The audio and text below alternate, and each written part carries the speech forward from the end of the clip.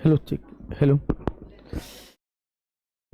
चलिए तो आज हम लोग शुरू करने वाले हैं क्लास 10th का मैथ का मॉडल पेपर। मैथ का मॉडल पेपर आज हम लोग क्वेश्चन नंबर 1 से 100 तक मॉडल सेट 1 टोटल सॉल्व करेंगे। तो आप लोग सब लोग गौर से देखिए, किसी बच्चे को कहीं कोई प्रॉब्लम होगा तो बोलिएगा, ठीक है। चलिए अब शुरू करते हैं आज क्लास 10th का मॉडल सेट 1 मैथ मॉडल। चलिए क्वेश्चन नंबर 1 से देखिए सब लोग। जिन बच्चे को कहीं भी दिक्कत होगा बाबू बोलिएगा।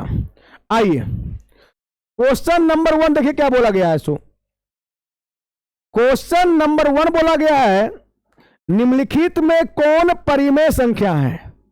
निम्नलिखित में कौन परिमेय संख्या, सो बतलाना आपको बाबू, बतलाइए आप लोग। निम्नलिखित में कौन परिमेय संख्या है बाबू। तो आपका ऑप्शन नंबर वो क्या होगा बाबू, सी। ए क्यों नहीं होगा, क्योंकि ध्यान सुनिए, रूट के अंदर जो भी चीज होता है जिसका वर्गमूल नहीं निकलता है वो कहलाता है आपका अपरिमेय संख्या। लेकिन रूट के अंदर वो सभी टर्म जिसका वर्गमूल पता हो वो कहलाता है परिमेय संख्या। तो ध्यान से देखिए। और दूसरी बात, एक बात याद रखिएगा हमेशा, एक परिमेय संख्या और एक अपरिमेय संख्या दोनों को जोड़ दें, चाहे घटा दें, चाहे गुना कर दें, चाहे भाग दे दें, आपका आंसर क्या आएगा, अपरिमेय संख्या। क्या आएगा बाबू, अपरिमेय संख्या आएगा। तो बोला निम्नलिखित में कौन परिमेय संख्या है। तो आपका 1/√4, क्योंकि एक बाबू तो 1 का 1, 4 का वर्गमूल 2, और जिसे P/Q के रूप में लिखा जाए वो क्या कहलाता है, परिमेय संख्या। देखिए ये परिमेय संख्या नहीं है, क्योंकि 9 का वर्गमूल क्या होता है, 3, और इसका वर्गमूल नहीं होता है ना।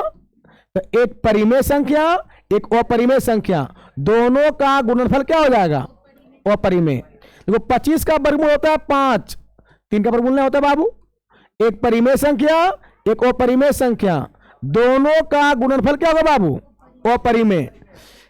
ये भी अपरिमेय ये भी अपरिमेय, दोनों को जोड़ देंगे अपरिमेय ही होगा। चलिए जहां दिक्कत होगा बाबू बोलिएगा, लगाने का काम नहीं है।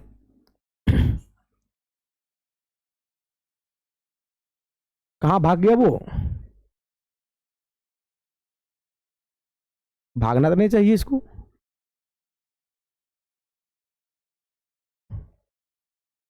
एक मिनट, इसको भागना तो नहीं चाहिए।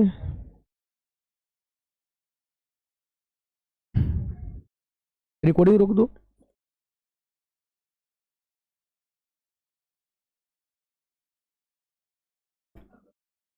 चलिए ठीक हो गया बाबू। आइए ध्यान से देखिए सब लोग। क्वेश्चन नंबर 2 बोला गया, क्या बोला गया, यदि m एक पूर्णांक है, ध्यान सुनिएगा, यदि m एक क्या बाबू, पूर्णांक है, तो प्रत्येक विषम पूर्णांक का रूप क्या होता है, विषम पूर्णांक। तो विषम पूर्णांक में आप लोग हमेशा याद रखिएगा, सम पूर्णांक का रूप, सम पूर्णांक का रूप होता है बाबू 2m। क्या होता है, 2m। और विषम में जो है ना, विषम में बाबू होगा क्या, 2m तो रहेगा, इसमें अगर +1 कर दें तो ये क्या बन जाएगा, विषम। +1 कर दें या +3 कर दें या +5 कर दें, यानी जब सम पूर्णांक में कोई विषम संख्या को जोड़ देंगे ना तो वो विषम पूर्णांक बन जाता है। ओके, तो यहां पे बोला क्या, m एक पूर्णांक है तो विषम पूर्णांक, तो बाबू ये तो सम पूर्णांक हो गया बाबू, ये क्या हो गया, सम। चलिए तो आपका बाबू ये भी हुआ सम बाबू, और सम में जोड़ दिए एक, तो क्या हो गया, विषम। समझे कि नहीं। अगर सम पूर्णांक में 1 जोड़ दें, 3 जोड़ दें, 5 जोड़ दें, कहने का मतलब अगर सम पूर्णांक में कोई विषम संख्या को जोड़ देंगे तो वो क्या बन जाएगा, विषम पूर्णांक। ओके चलिए, तो बाबू अगर 2m + 1, अगर एग्जाम में बोलता कि सम पूर्णांक कौन है, सम पूर्णांक कौन है, तो आंसर क्या हो जाएगा बाबू, 2m। ओके, एक नंबर कोई पूर्णांक नहीं है। ओके, एक नंबर कुछ भी नहीं, एक नंबर और बी नंबर कुछ भी नहीं है, ये खाली पूर्णांक है। बात समझ गया ना। यहां बात हो रही है सम और विषम की, तो सम का रूप होता है 2m। अच्छा केवल 2m होगा, 4m ना हो सकता है कि 2m होगा, 4m होगा, 6m होगा ना, होगा इस तरह से। और सम पूर्णांक में अगर विषम संख्या जोड़ दें, 1 जोड़ दें, 3 जोड़ दें, चाहे 5 जोड़ दें, यानी कुछ भी जोड़ देंगे विषम संख्या बाबू, वो क्या बन जाएगा, विषम पूर्णांक। आइए नेक्स्ट क्वेश्चन नंबर 3 क्या बोला, निम्नलिखित में किसका दशमलव प्रसार शांत है। पहले शांत देखने के लिए देखिए कहीं ऊपर नीचे कट रहा है कि कोई भी नहीं कट रहा है। दशमलव प्रसार शांत है, तो शांत देखने के लिए बाबू नीचे में देखिएगा, नीचे में यानी बट्टा में, और बट्टा में देखिएगा, अगर बट्टा में देखिए आप लोग ट्रिक याद रखिएगा, अगर बट्टा में किसमें बाबू, अगर बट्टा में 2 आ जाए या 5 आ जाए, अगर 2 या 5 का गुणनखंड मिले, इसको हम लोग बोलते हैं मामू। क्या इसको बोलते हैं हम लोग, समझने के लिए बोलते हैं, ध्यान समझिए, मामू ने बोल देना आपको, इसको बोलते हैं भैगिना। इसको क्या बोलते हैं, भैगिना। यानी अगर बट्टा में मामू और भैगिना का गुणनखंड हो तो दशमलव प्रसार शांत होगा। क्या होगा, शांत, क्योंकि मामू भैया कभी लड़ाई नहीं होता है। केवल मामू भी रहेगा तो पर भी शांत, केवल भैगना भी रहेगा तो पर भी शांत। लेकिन अगर मामू भैगना के अलावे तीसरा कुछ भी आ जाए तो क्या होगा आंसर बाबू, अशांत। ओके, तो देखिए ध्यान से, 91 में ऊपर तो देखना ही नहीं है, 91 हमारा 13 गुना 7, नहीं तो मामू नहीं तो भैगना, ये शांत नहीं है, ये शांत नहीं है। शांत का मतलब एकदम लड़ाई झगड़ा नहीं होना है, अशांत मतलब एकदम एक हिंदुस्तान एक पाकिस्तान वाला बात हो जाएगा। आइए यहाँ 23 को 23 गुना 1, ये भी शांत नहीं है। 80 देखो, 80 को 2 दूनी 4 दूनी 8 दूनी 16 25, केवल मामू आया और केवल क्या आया, तो जिसमें मामू और भैगना आ जाओ क्या हो जाएगा, शांत। ये देखिए ये शांत नहीं है, यह 9 25 45 यानी 3 3 या 9 25 45। इसमें देखिए मामू आया, लेकिन मामू के अलावा दूसरा भी आ गया ना, अगर दूसरा कुछ भी आवे तो आंसर क्या होगा, अशांत। क्या होगा, अशांत। चलिए आप लोग समझ गए। शांत का एक नाम और है, शांत का एक नाम और है अवसानी। क्या है, अवसानी। शांत का नाम है बाबू अवसानी। अरे एक होता है अशांत, एक कौन सा होता है बाबू, अशांत का वो नाम होता है अनबसानी। क्या होता है बाबू, अनबसानी। तो बाबू ये सब अशांत हो गया, ये सब क्या हो गया, अशांत। ये हो गया आपका शांत। शांत का एक नाम कौन सा बाबू, अवसानी, और अशांत का अनबसानी। कोई दिक्कत किसी को। चलिए नेक्स्ट आगे बढ़ते हैं, क्वेश्चन नंबर 4। ध्यान से देखिए क्वेश्चन नंबर 7, 4 नंबर रखिए। क्या बात, रेक्रीन दिया है ना, 0.87 के ऊपर रेक्रीन है। रेक्रीन किसके ऊपर है, 7 के ऊपर। रेक्रीन किसके ऊपर है बाबू, तो क्या करेंगे बताते हैं। इसको बनाने का तरीका समझो ध्यान से। पहले लिखो 87 है बाबू, लिखो 87। जिस पर रेक्रीन नहीं उसको घटा दो। 8 पर रेक्रीन है बाबू, 8 आपका घट जाएगा। अब बट्टा में 1 पर रेक्रीन है बाबू तो 1 नो देना नीचे। अगर 2 पर रेक्रीन होता बाबू तो 2 ठो नो नीचे। तो 1 अंक के ऊपर रेक्रीन है, 1 ठो नो नीचे, और जिस पर रेक्रीन नहीं है उसके बदले 0, उसके बदले 0। ओके, अब ध्यान से देखिए, 87 में 8 घटाओ आया 79 बटे, है क्या ऑप्शन, ऑप्शन नंबर सी। समझे सब लोग।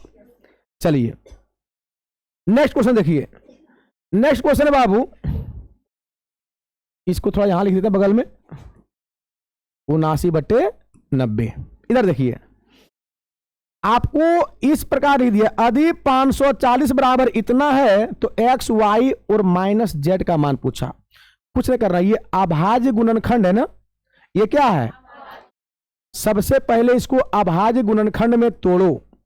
तो देखिए तोड़ते हैं 540 को अभाज्य गुणनखंड में, लगा 2 से 270, 2 से 135, अब 2 से नहीं कटेगा, 3 से, 3 चौक 12, 3 पचे 15, 45 आ गया।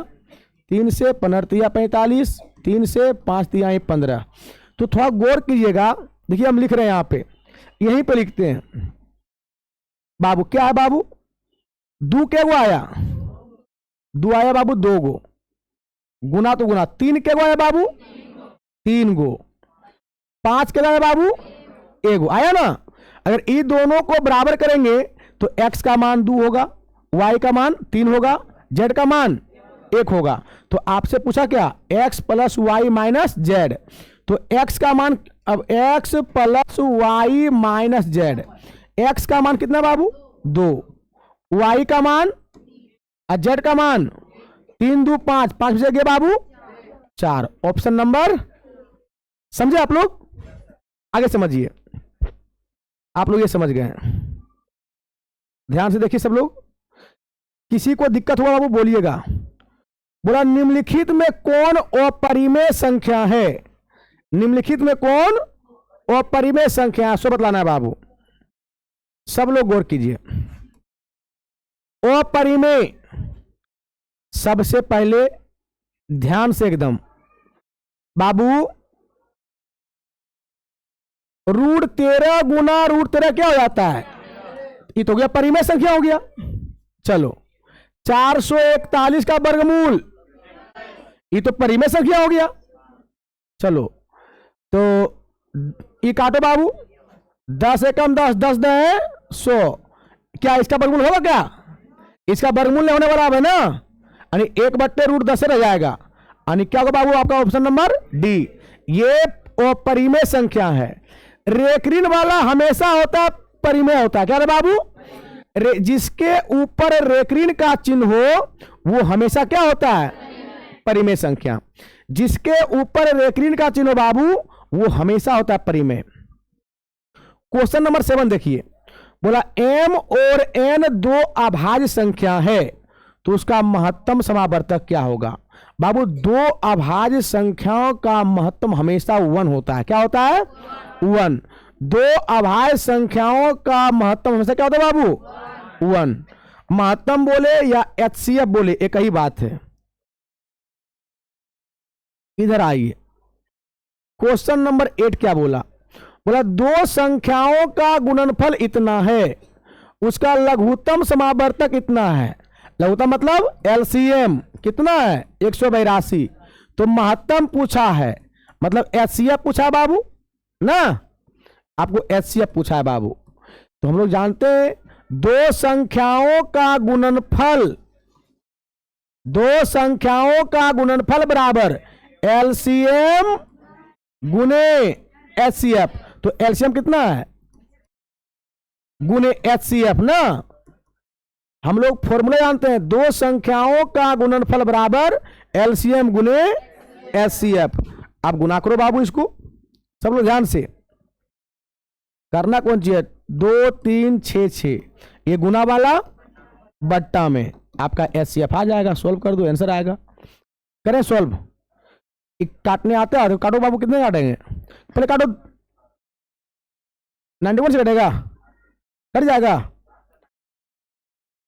पहले 2 से कटाओ इसको, 2 9 18, 2 एकम 2, फिर 2 से कटाओ, 2 एकम 2, 2 एकम 2 बचाया 1, 1 पर 6 16, 2 8 16, 2 तिया 6, 51 से कट जाएगा लगता है ना। देखो तो अंदर काटो 17 से, 17 तिया 51, काटो 17 से,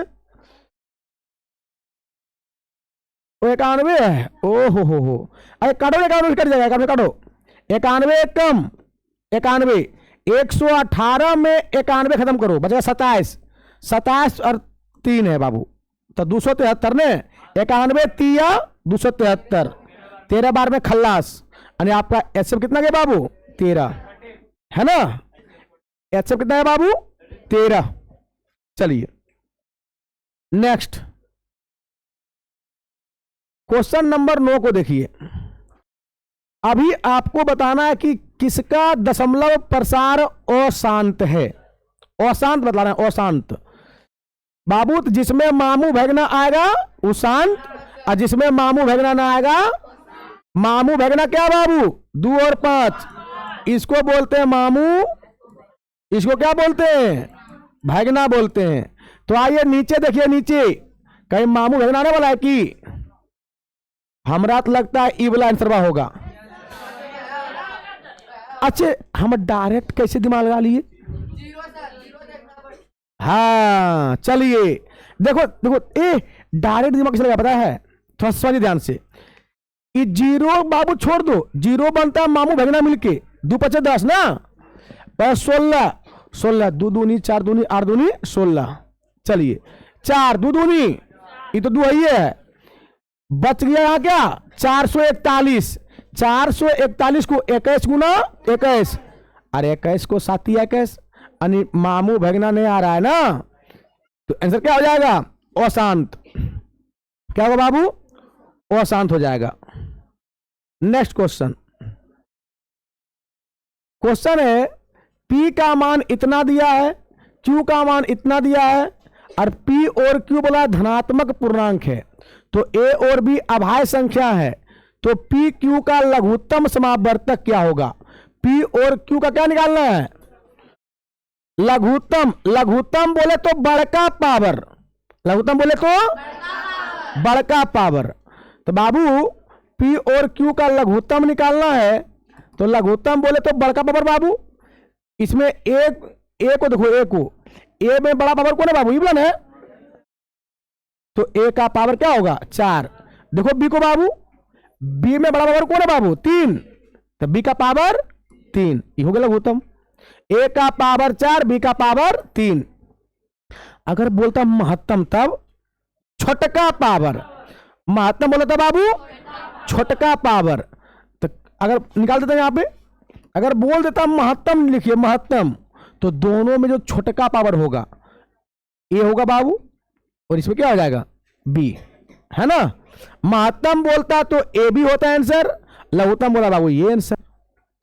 कोई दिक्कत किसी को बाबू, चलिए सब एकदम खुश रहिए, हल हल रहिए सब, रोइए मत, हाँ एकदम सब जबरदस्त रहेगा बाबू सबको। निम्नलिखित में कौन सा युग्म सह अभाज्य है, सर सह अभाज्य किसको बोलते हैं, जिसका उभयनिष्ठ गुणनखंड 1 और केवल 1 हो। ध्यान से देखो तो, ये 15 से कट जा रहा 45 ना, यह सहअभाज्य नहीं है। 21 से कटता है 105, 21 5 ये भी सहअभाज्य नहीं है। 14 6 84 ये भी नहीं है, तो यह होगा 9 से कटता है 16 क्या, तो वो सहअभाज्य है, समझे। आइए नेक्स्ट, एकदम ध्यान से,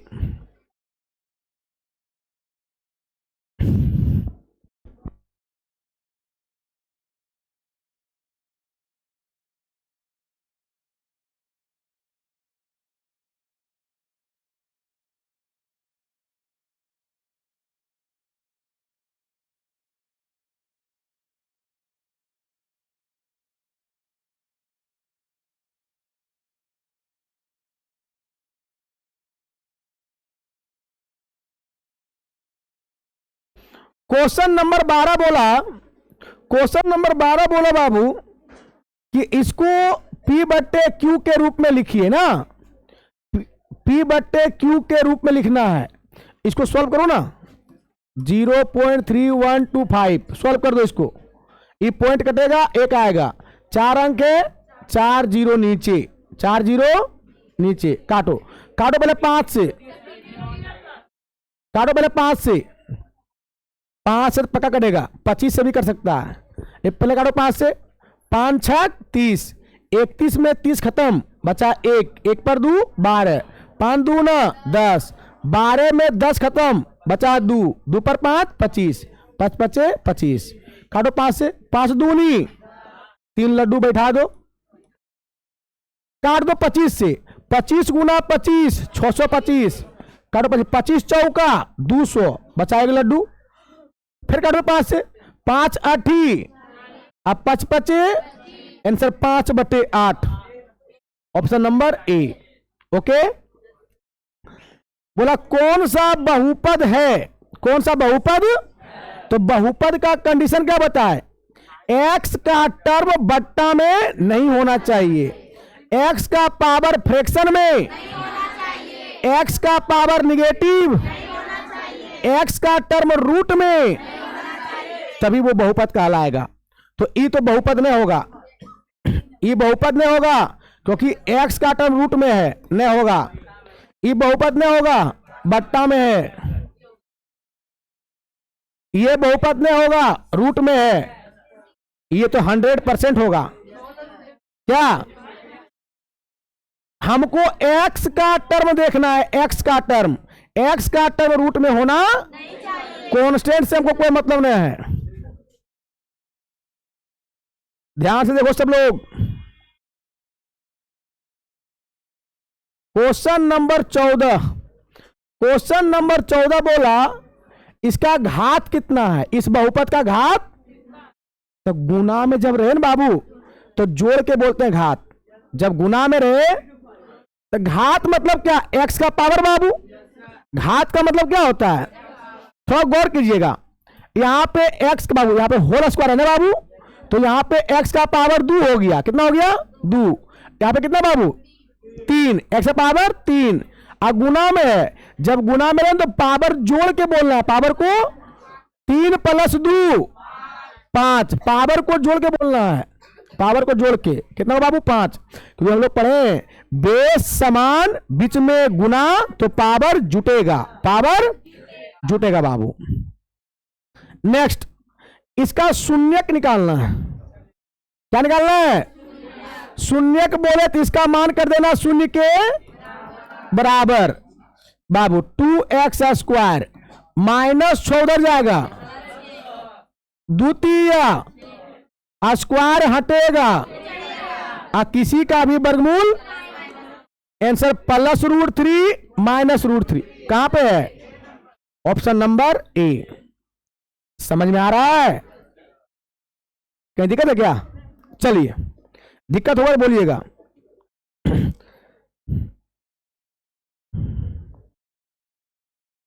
क्वेश्चन नंबर 16 देखिए। क्वेश्चन नंबर 16 बोला Px का मान दिया है और क्या पूछा आपको, P2 का मान। अच्छा क्या करेंगे, जहां जहां x है वहां वहां 2 बैठा देंगे, वहां वहां 2 बैठाते। जब P2 निकालना है तो जहां जहां x है क्या करेंगे, वहां वहां 2। तो 2 × 2 का स्क्वायर, 8 × 2 माइनस का 12। सोल्व कीजिए, 2 दूनी 4 दूना 8 दूना -12, तो आ गया 8 -16 -12 -28 ना, माइनस माइनस जुड़ जाता है, -16 -12 -28, और 8 में 28 घटेगा -20। आपका ऑप्शन नंबर बी। कोई दिक्कत? क्वेश्चन नंबर 17, एक बहुपद दिया है, इसके शून्यक एक दूसरे के व्युत्क्रम हो तो के का मान ज्ञात करें ना, के का मान ज्ञात करें। मान लेते हैं इसका शून्य के बाबू कितना, अल्फा। क्या मान लेते बाबू, शून्य के अल्फा। बोला इसका जो शून्य है ना दूसरे के व्युत्क्रम है, मतलब उल्टा। क्या बाबू, उल्टा। तो दूसरा का बाबू 1/अल्फा। जब व्युत्क्रम की बात करें ना तो एक को मानना है अल्फा, एक को मानना है 1/अल्फा, क्योंकि 1 के बट्टा में क्या होता है, व्युत्क्रम, उल्टा। और जानते हैं शून्यकों का गुणनफल क्या होता है, -b/a, -b/ अल्फा से अल्फा 1 बराबर माइनस, इसको ए का मान बोलते हैं, इसको बी का मान, इसको सी का मान। हाँ जी, शून्यकों का गुणनफल c/n होता है रे, तो तुम लोग भी बोलते हैं यस सर, c/a होता है। मान हटाइए, हाँ, शून्यकों का गुणनफल c/a होता है। c का मान -k, a का मान 3, तो यहां से k का मान हो गया बट्टा वाला गुना में, माइनस छल दो इधर, k का मान क्या गया बाबू, -3। Option number D. जब भी ऐसा क्वेश्चन बोले कि एक शून्यक दूसरे के व्युत्क्रम है, दूसरे के, तो एक को मानना है अल्फा और दूसरे को मानना है 1/अल्फा, ये हुआ बाबू इसका व्युत्क्रम, और उसमें निकालना शून्यकों का गुणनफल, शून्यकों का गुणनफल। चलिए नेक्स्ट 18 नंबर देखिए, अरे दम मारो दम।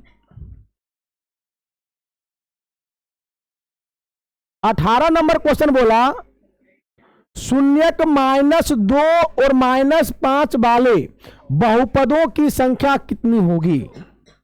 चलिए बाबू -2 और -5 वाले बहुपद तो बहुत होगा बाबू, ना होगा जी, बहुत सारा बहुपद सॉल्व करोगे तो उसका शून्यक x का मान -2 -5 आएगा क्या जी, बहुत सारा आएगा, है कि नहीं, बहुत सारा, अनगिनत होगा इसका आंसर, क्या होगा बाबू, अनगिनत।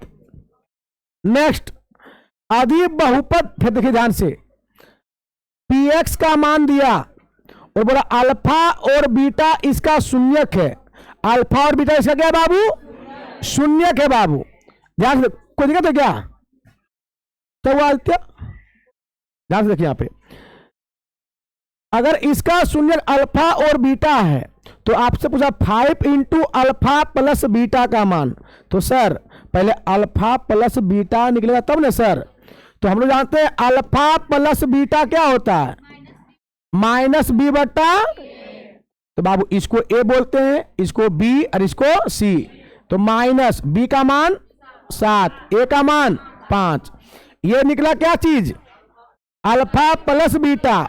आपसे क्या पूछा 5 into alpha plus beta, alpha plus beta का मान -7/5, कट गया आपका आंसर -7, ए।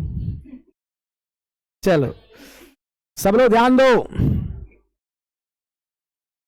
क्वेश्चन नंबर 20, क्वेश्चन नंबर 20 बोला अल्फा बीटा और गामा त्रिघात बहुपद के शून्यक है, तो alpha into beta into gamma का मान क्या होता, बताइए बाबू, alpha into beta into gamma का मान क्या होता है, -d/a ना, तो चलिए तो -d/a, तो इसको a बोलते हैं, BCD -d के ना, रे -d/a, option number D. Next question सब लोग ध्यान से देखिए, क्वेश्चन नंबर 21, क्वेश्चन नंबर 21 बोला है कि आदि रेखाएं, एक रेखा दिया बाबू, 2 रेखा दे दिया, बोला समांतर है तो P का मान क्या होगा। आप लोग पढ़े हैं, याद कीजिए, यदि 2 रेखा समांतर हो, अरे 2 रेखा समांतर कब होता है, जब A1/A2 बराबर B1/B2 die not equal to C1/C2, है ना, तो बोला रेखा समांतर है, तो जब रेखा समांतर है तो A1/A2 बराबर B1/B2 does not equal to, होगा ना, आइए करते हैं इसको बाबू, A1 B1 C1, A2 B2 C2, A1/A2, A1/A2 बराबर B1/, हो डज नॉट इक्वल टू कहा लेंगे, इतने से काम चलेगा मेरा, है ना, सॉल्व करो, 5 एकम 5, 5 तिया इक्वल टू में नीचे से काट दो, 3 तिया, बट्टा वाला गुना में नहीं बाबू रे, 3 एकम 3, पी का मान 3।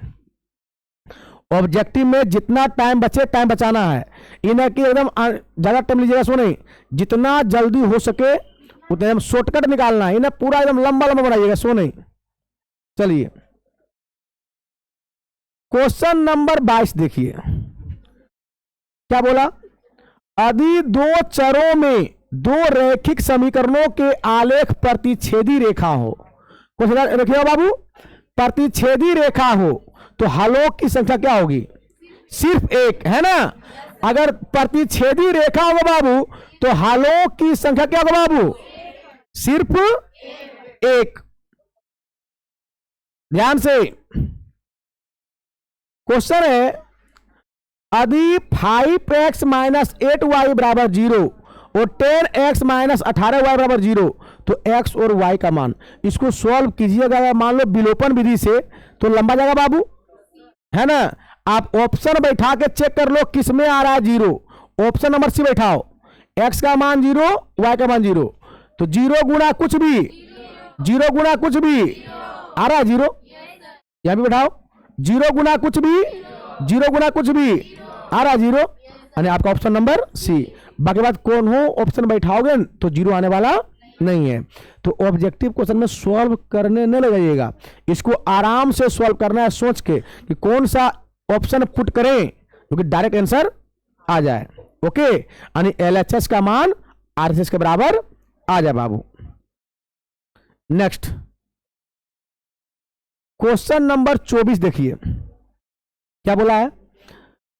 एक द्विघात समीकरण दिया है, बोला मूल समान है। क्या बोला बाबू, तो सी का मान बताइए।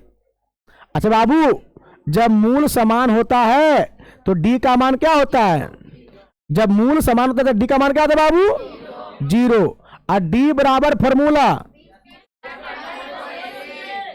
बी स्क्वायर माइनस बराबर 0, है ना।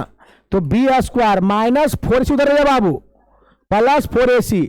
हमको सी का मान पूछा है ना, तो सी वाले को एक तरफ बाकी सबको गुना वाला, बी स्क्वायर बट्टे 4a कहां है, option number B. Option number, क्या समझ में आ रही है आप लोगों को, आगे बढ़िए। बोला निम्नलिखित में कौन सा द्विघात समीकरण नहीं है, कौन द्विघात समीकरण, अच्छा कौन में होगा, एक्स का, देखो द्विघात समीकरण का रूल है एक्स का टर्म रूट में नहीं होना चाहिए, एक्स का टर्म बट्टा में नहीं होना चाहिए, एक्स का पावर फ्रैक्शन में नहीं होना चाहिए, एक्स का पावर नेगेटिव, चेक कीजिए। तो यहां पे देखना है द्विघात समीकरण नहीं है, कहने सरकार देखो ध्यान से, कहीं भी ऐसा तो कहीं दिख नहीं रहा है। अच्छा ऐसा बात है, देखिए ध्यान से, ये वाला द्विघात समीकरण नहीं है। बोलिए क्यों सर, इधर स्क्वायर है ना स्क्वायर, तो इसका जब स्क्वायर करेंगे तो आएगा स्क्वायर से रूट खत्म, आएगा 2x का स्क्वायर एक्स स्क्वायर, बराबर के इस पार भी आएगा 2x स्क्वायर, और उधर भी क्या है, दोनों कट जाएगा। और जिसमें एक्स स्क्वायर का टर्म रहने में करेगा, क्या वो द्विघात समीकरण कहलाएगा, नहीं। तो ये बाबू द्विघात समीकरण नहीं है।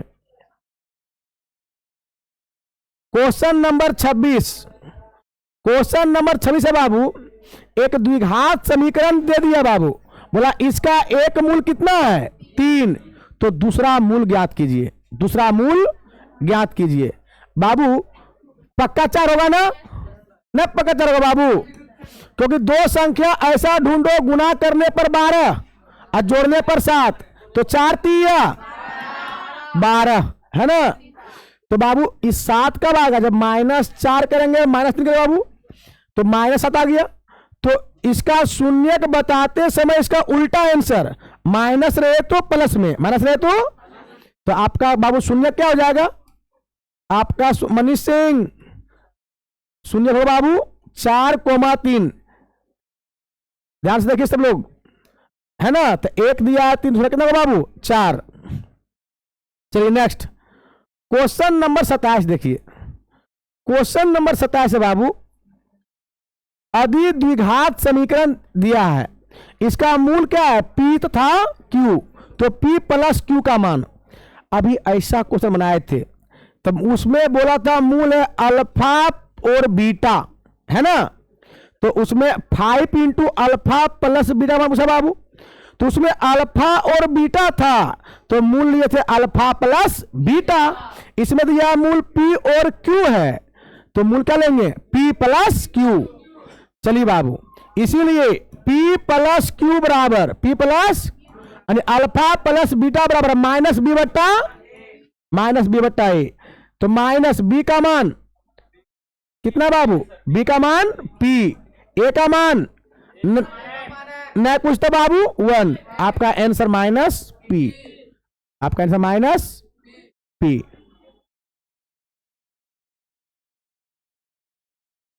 ये तो आंसर भी दिया अलग दे। चलिए पी और माइनस पी होगा आंसर बाबू, इसका क्या होगा बाबू, इसका आंसर माइनस पी होगा। हाँ, क्वेश्चन है विविक्तकर ज्ञात करना है। क्या करना है बाबू, विविक्तकर ज्ञात करना है, विवेचक। तो इसका फॉर्मूला जानते बाबू क्या होता है, डी बराबर बी स्क्वायर माइनस, इसको ए बोलते हैं, इसको बी, इसको सी। बी का मान -13 4, ए का मान, सी का मान 10। बाबू ध्यान दो, माइनस का पावर सम संख्या 13 का स्क्वायर 10 या 30 का 120। बाबू कितना आएगा बाबू, 49 है ना, 49। यानी आपका option number A, option number ए।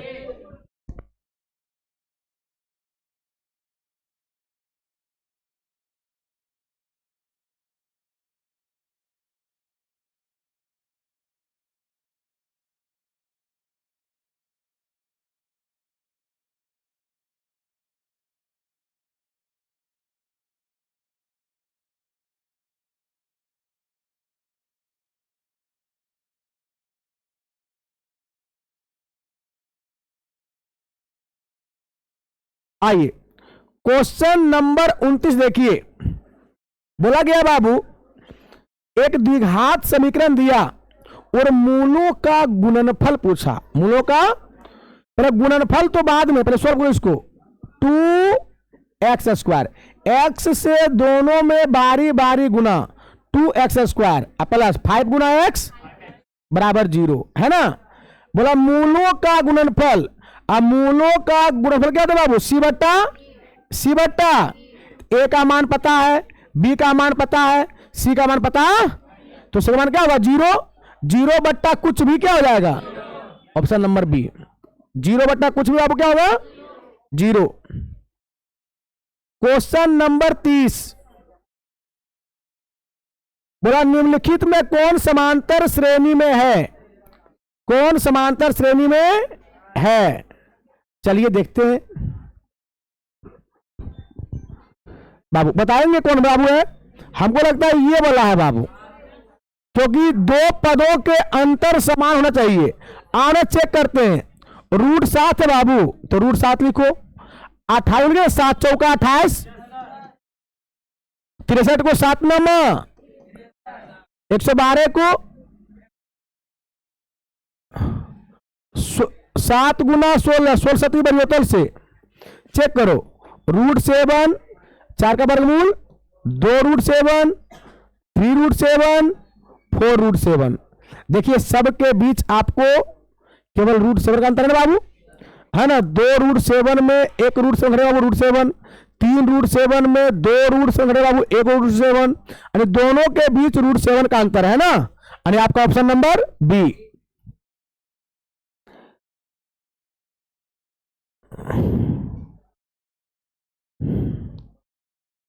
बोला समांतर श्रेणी का कौन सा पद 0 है, कौन सा पद, जब नहीं पता हो तो क्या मान लेंगे, एनवा पद, क्या मान लेंगे, मान लेंगे एनवा पद 0 है।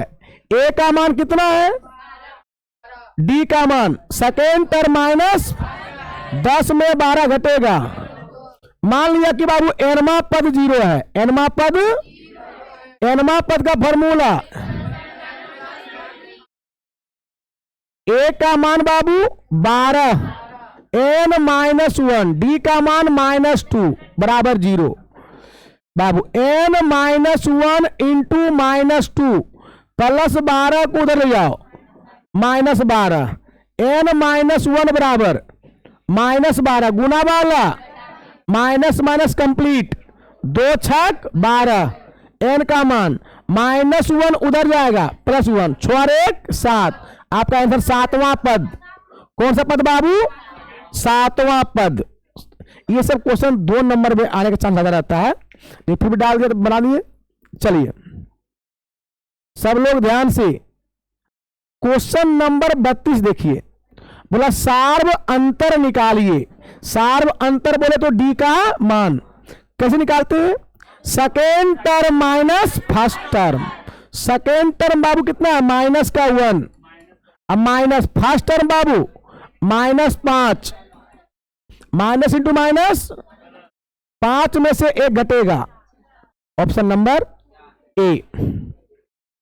क्वेश्चन है समांतर श्रेणी का पहला पद ए, सार्व अंतर डी, प्रथम n पदों का योगफल क्या होगा?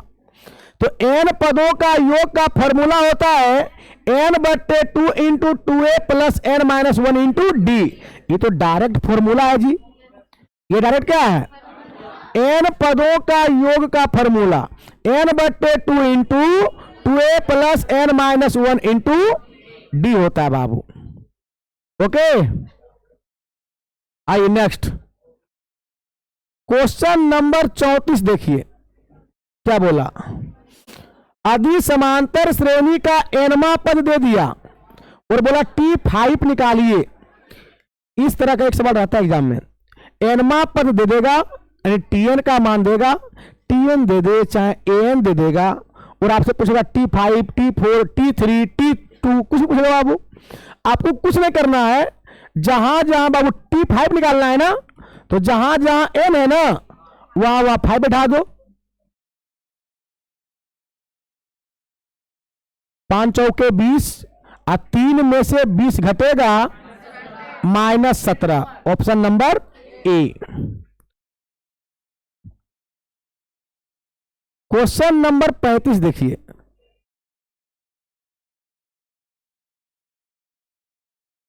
क्वेश्चन नंबर 35 बोला समांतर श्रेणी का सामान्य पद दिया है और सार्व अंतर पूछा। तो सार्व अंतर निकालने के लिए कम से कम 2 पद चाहिए, पहला पद और दूसरा पद। तो पहला पद निकालने के लिए n के जगह पर 1 बैठा दीजिए, निकल जाएगा पहला पद। दूसरा पद निकालने के लिए n के जगह पर बाबू 2 बैठा दीजिए। बैठा पहले 1, जब 1 बैठाएंगे तो आएगा 17 माइनस बैठा बाबू 1, 5 से कम 5, 17 में 5 घटेगा कितना आ गया? पहला पद आ गया 12।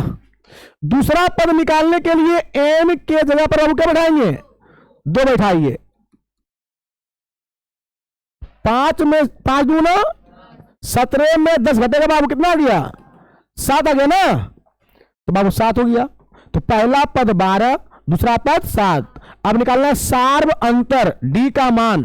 सेकेंड टर्म माइनस 7 में से 12 घटेगा -5 है क्या ऑप्शन में? Option number. मैथ एक ऐसा सब्जेक्ट है ना, एक भी नंबर नहीं कटेगा और जब मारोगे तो वहां पे हौसला बढ़ेगा। इसका आंसर ये होगा तो ये होगा। बस में आया ना। चलिए सब लोग ध्यान से देखिए सब लोग। क्वेश्चन है n प्राकृत विषम संख्याओं का योगफल क्या होगा? n²। बहुत बढ़िया, याद है फॉर्मूला। n विषम प्राकृत संख्याओं का योगफल क्या होता है बाबू? n² होता है। चलिए नेक्स्ट क्वेश्चन है 18x y और -3। इसमें इस क्वेश्चन में कुछ गड़बड़ी है। इस क्वेश्चन में कुछ गड़बड़ है बाबू, इसमें कुछ गड़बड़ है। हाँ बोला समांतर श्रेणी में है, तो समांतर श्रेणी कहता है कि second term minus first term बराबर होता है बाबू third term minus second term. अभी देख दो, fourth term minus third term भी हो सकता है। क्यों नहीं हो सकता? हो सकता है आराम से। एक मिनट रुक जाओ। अगर ये समांतर श्रेणी में है तो second term minus first term बराबर होगा बाबू fourth term minus third term. नहीं होगा? 100% होगा बाबू। -y इधर ले आइए, -3 -18 इधर से बाबू। x + y का मान पूछा है 18 3 बाबू कितना आ गया? सही है। देखो अगर कोई समांतर श्रेणी में हो ना बाबू तो उसका रूल है second term minus first term बराबर third term minus second term कर दो, या fourth term minus third term भी कर सकते हैं। बस में आया ना, यानी कहने का मतलब बाबू इसमें से इसको घटाएंगे जितना आएगा उतना ही आना चाहिए बाबू इसमें से इसको घटाने के बाद। बात समझ ना, समझिए। चलिए हमसे गड़बड़ कुछ लगी, गड़बड़ नहीं था। क्वेश्चन है ए और बी पूरक कौन है? ए और बी क्या बाबू? पूरक कौन है? तो क्या होगा इसमें से? बी होगा। एकदम कंफर्म, एकदम होगा, कंफर्म होगा, बी होगा। बहुत बढ़िया। देखो देखो ध्यान सुनिए, पूरक मतलब होता है जिन दो कोणों का योग 90 डिग्री के बराबर हो। जिन दो कोणों का योग मतलब ए प्लस बी का मान 90 डिग्री होगा बाबू, क्योंकि पूरक कौन बोला है ना। तो यहां से अगर मैं बोलूं ए का मान तो क्या होगा 90 डिग्री, प्लस भी उधर बाबू माइनस बी। इस ऑप्शन को चेक कीजिए, सेक ए कर रहे हैं, सेक तो सेक बाबू, एक के जगह पर ए का मान 90 डिग्री माइनस बी, सेक 90 degree minus theta cosec theta. ये सेक ए का मान कोसेक बी के बराबर आया, यानी आपका ऑप्शन नंबर बी सही है। ये सब तो ऐसे ही गलती लग रहा है, क्योंकि ये हो कोट तो ये हो कोट ऐसे गलत है, ये हो साइन तो ये हो साइन ऐसे गलत है, टेन टेन ऐसे गलत है एकदम। चलो वहां दिमाग तो ठीक है लगाया और परफेक्टे लगाया।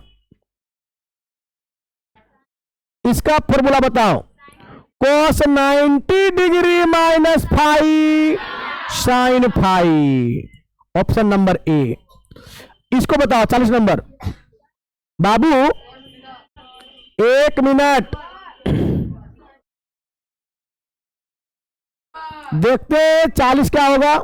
सब लोग ध्यान से देखिए, वही ऐसे ही डायरेक्ट ए नंबर और सी नंबर में थपाक मारेंगे, एकदम सोल्व करके मारना है। चोट्टा कहे का सी नंबर और बी नंबर करता है, ध्यान दो। पहले पता है कि वो सी नंबर होना होगा बाबू, झूठों का सी नंबर बोल रहा है या बी नंबर बोल रहा है, कोई ए नंबर बोल रहा है। ध्यान दो बाबू, क्या लिखा कोस स्क्वायर 27 डिग्री रह दो, साइन स्क्वायर 63 डिग्री है ना, साइन स्क्वायर 63 डिग्री, दोनों का 90 पूरा है ना।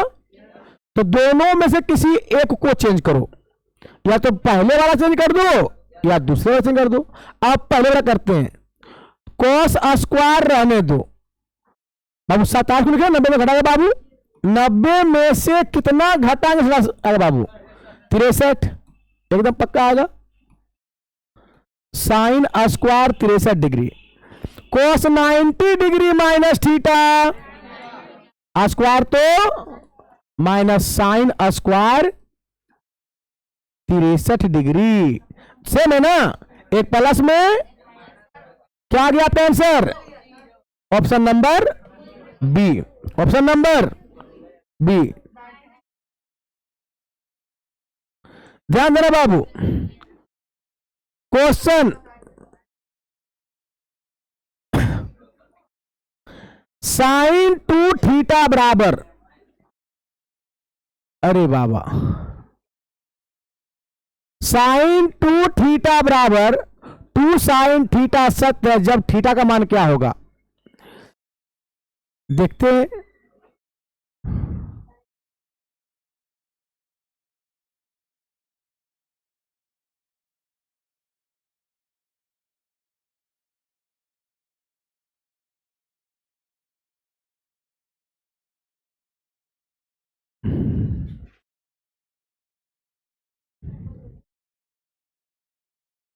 ये तो क्वेश्चन गजब कर दिया। ये दोनों बराबर कब हो सकता है, एक के सिचुएशन में बराबर हो सकता है,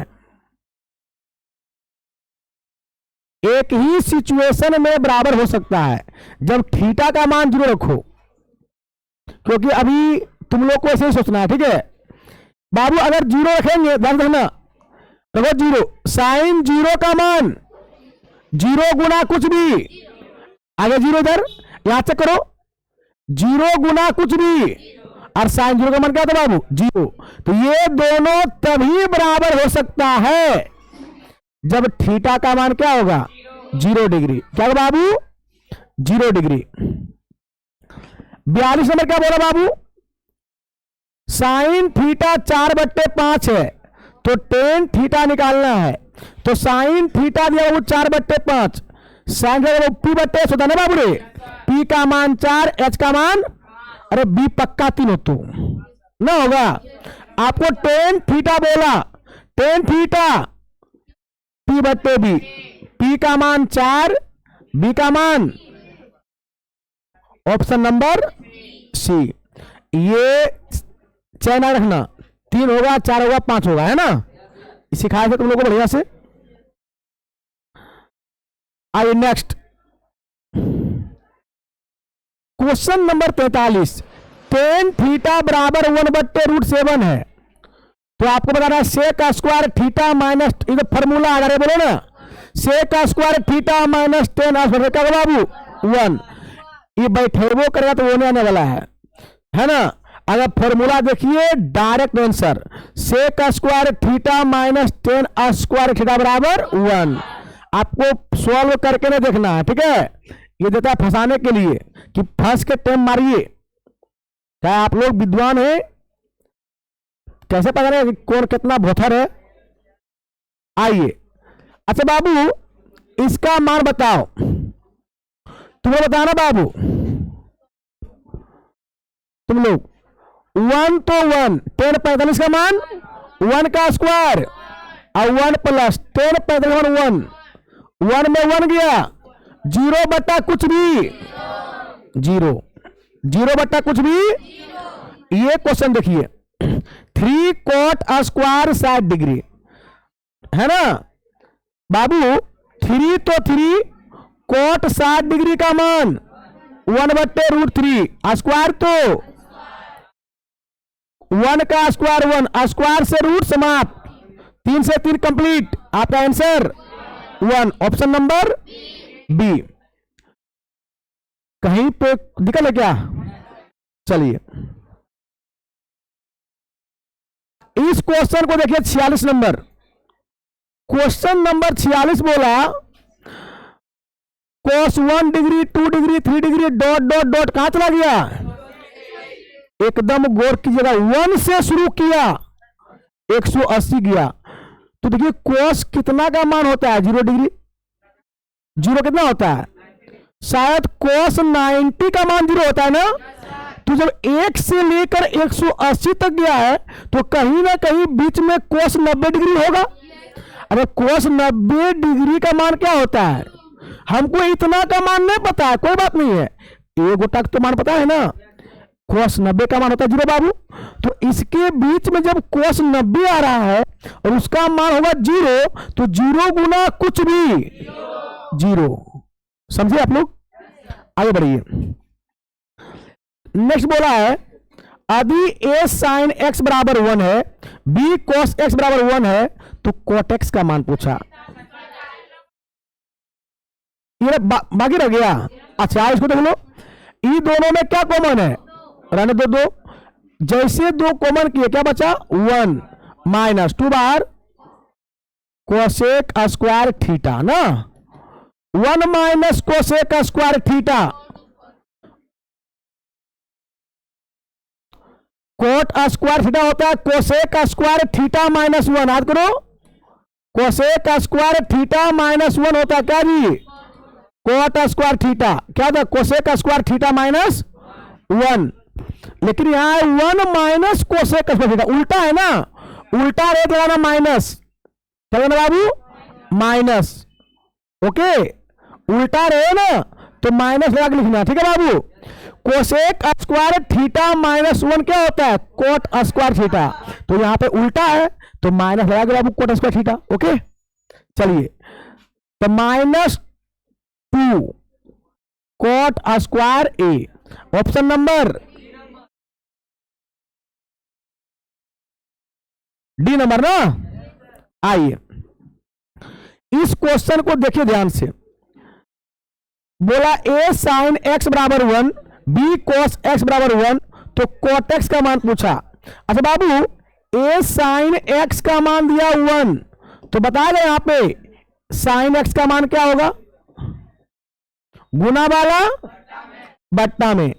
यहां पे बाबू b cos x का मान दिया 1, तो यहां बाबू cos x का मान क्या होगा 1/b।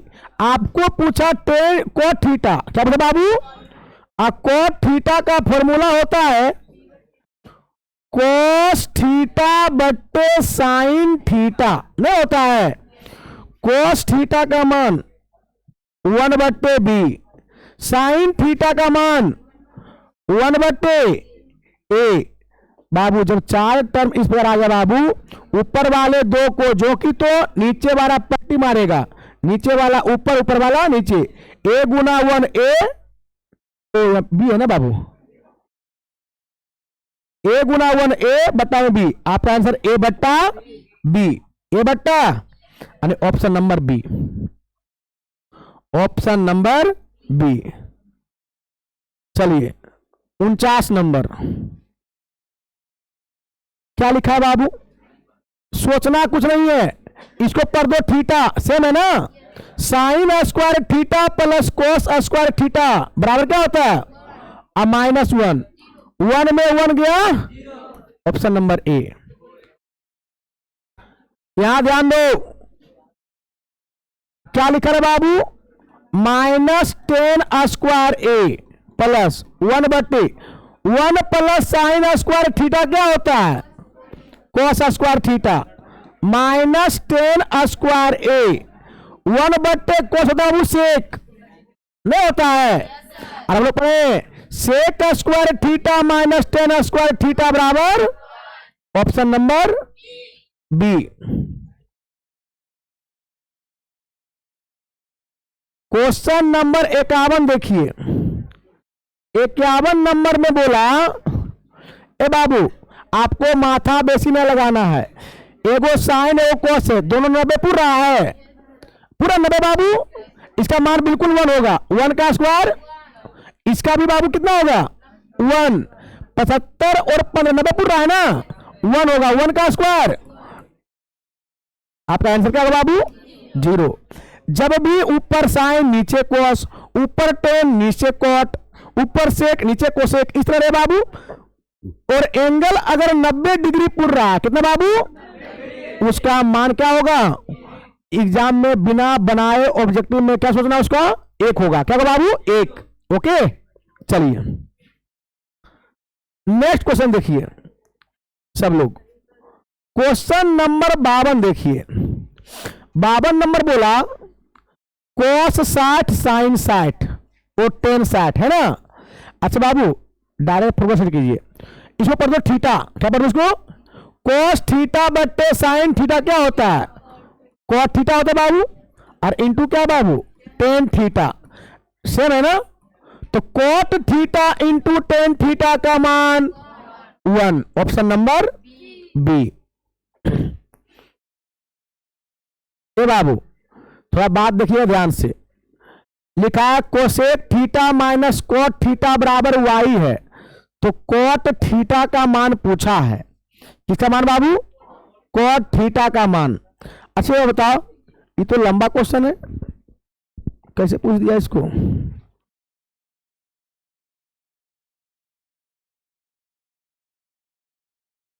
ये तो क्वेश्चन लंबा है, एक काम करो ना, इसको बनाने के लिए आपको करना पड़ेगा स्क्वायर, क्या करो बाबू स्क्वायर, इधर भी करो स्क्वायर, ये भी करो, तो अगर a माइनस बी का होल स्क्वायर, ऑब्जेक्टिव से ना बनाना, ऑब्जेक्टिव में केवल टाइम पास करने वाला क्वेश्चन है, ठीक है, ये सब सही बाबू। अगर ऐसा रहे तो इसको बाबू कर देना स्क्वायर, a माइनस बी का whole square a square minus 2ab plus b square हो जाएगा। चलो कर ही देते हैं एक बार, देख लो, नहीं शॉर्ट फॉर्म में ही नहीं पड़ेगा बाबू, ये सब क्वेश्चन है आपको फंसाने वाला, टाइम पास करने वाला, तो हमको 100 में 50 मारना, तो देख देख के जो हल्का रहेगा ना वो मारेंगे, है ना, इसमें ना पड़ेंगे बाबू। लेकिन देख लो दोनों तरफ कर दो क्या स्क्वायर कर दो, जब स्क्वायर करोगे a माइनस बी का whole square, a square minus 2ab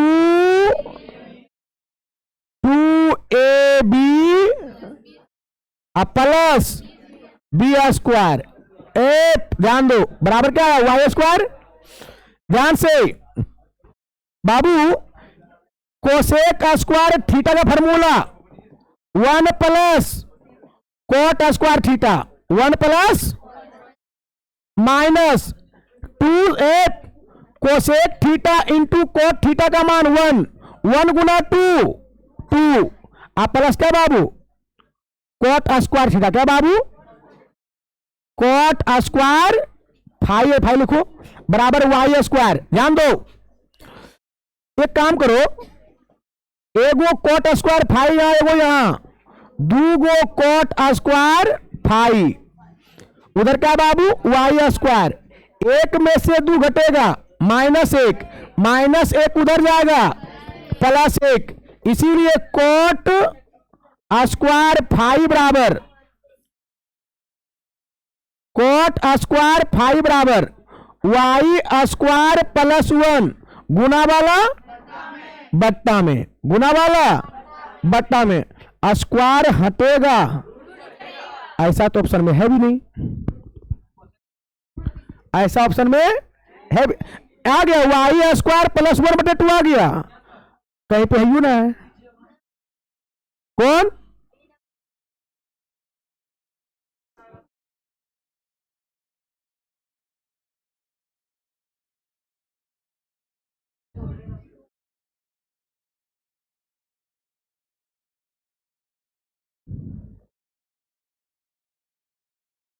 इसका आंसर आएगा बाबू ये कोट थीटा कोट फाइव बराबर √वाई स्क्वायर +1/2। चलिए नेक्स्ट, अगर यू लाना है तो वहां पे करना पड़ेगा माइनस की प्लस करना पड़ेगा बाबू। देखते हैं नेक्स्ट क्या आता है, उसके बाद सोचते हैं। 54 नंबर क्वेश्चन, कोसेक 30 डिग्री का मान बताएगा कोई, कोसेक 30 डिग्री का मान किसके बराबर, सेक 60 डिग्री के बराबर। बाबू ध्यान देना, 2 cos 3 थीटा, 2 cos 3 थीटा बराबर क्या है, आपको थीटा का मान पूछा है, तो cos 3 थीटा 1 गुना वाला, कोई बताएगा cos कितना डिग्री का मान 1/2 होता है, cos 60 डिग्री का मान नहीं होता है, cos खत्म, 3 थीटा बराबर 60 डिग्री, थीटा का मान कितना आएगा 20 डिग्री, option number B, option number B हो गया बाबू। इधर आइए, नेक्स्ट क्वेश्चन क्या बोला, साइन थीटा का मान दिया a/b, साइन थीटा का मान क्या बाबू, एकदम फटाक से फिगर पारो, साइन थीटा होता है p/h, p/h, तब बी बाबू बी क्या होगा √h स्क्वायर -p² ना जी। हमको डाला कोस थीटा का मान, ये क्या होता है b/h, तो b का मान क्या है और h का मान क्या है, कौन ऑप्शन में है बाबू, ऑप्शन नंबर ए। ये सब क्वेश्चन तो इजी है। देखो ये क्वेश्चन, इतना बराबर 2 पूछा तो इसका मान, वही क्वेश्चन है, इसको स्क्वायर करना पड़ेगा, आप जो बताएं क्वेश्चन वही क्वेश्चन है, इसको क्या करना पड़ेगा बाबू, स्क्वायर करना पड़ेगा, इसको करें स्क्वायर, आओ करते हैं स्क्वायर, करो बाबू, a + b का whole square, a square + 2ab plus का b स्क्वायर, अब बराबर 2 का स्क्वायर 4, 2 का स्क्वायर 4 बाबू, 10 ध्यान से देखना सब, 10 square a plus cot square a plus 2 तो 2, 10 थीटा इंटू कोट थीटा का मान होता है 1, क्या होता है 1 गुना 2 2 बराबर क्या बाबू 4। आपको पूछा 10 square a plus cot square a बराबर 4 +2 उधर जाकर घटे बाबू, आपका आंसर क्या होगा? 2। Option number C, option number C. Next question देखिए, बोला किस चतुर्थांश में भुज और कोटि दोनों ऋणात्मक होती है? तृतीय न बाबू, तृतीय चतुर्थांश में भुज और कोटि दोनों ऋणात्मक होती है। दोनों क्या होती है बाबू? ऋणात्मक। बीच की दूरी तो खुद निकाल लोगे, निकालोगे। बीच की दूरी निकाले formula x1 minus root under x1 minus x2 का whole square plus y1 minus y2 का, न कर पाओगे। देखो हम करते हैं शॉर्टकट में, root under x1 8 minus x2 का whole square y1 minus y2 का होल स्क्वायर। 8 6 14 का स्क्वायर 196 माइनस 2 का स्क्वायर 4 200 होगा। और 200 लिखे 100 गुना 2 100 का वर्गमूल 10√2 कहीं है? Option number B. ये सब क्वेश्चन न पूछो, ये सब क्वेश्चन इजी है ना। ध्यान से क्या बोला? बोला एक्स अक्ष और वाई अक्ष के प्रतिच्छेदन बिंदु क्या कहते हैं? क्या कहते हैं बाबू? लंब केंद्र। क्या बोलते हैं? लंब केंद्र। तो बाबू ये बोला ना, ये एक्स अक्ष, ये क्या हुआ आपका? वाई अक्ष। इसको बोलते हैं मूल बिंदु। क्या बोलते हैं इसको? लेकिन मूल बिंदु